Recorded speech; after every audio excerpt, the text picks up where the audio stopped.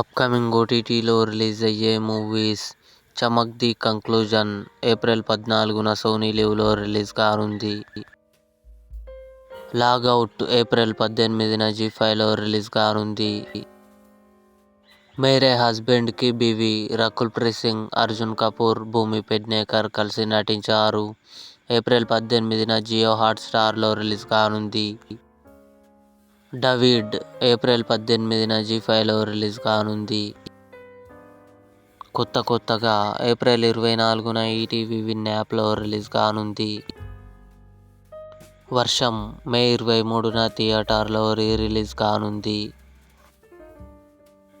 'Jack' Siddhu Jonnalagadda, Vaishnavi Chaitanya కలిసి నటించారు.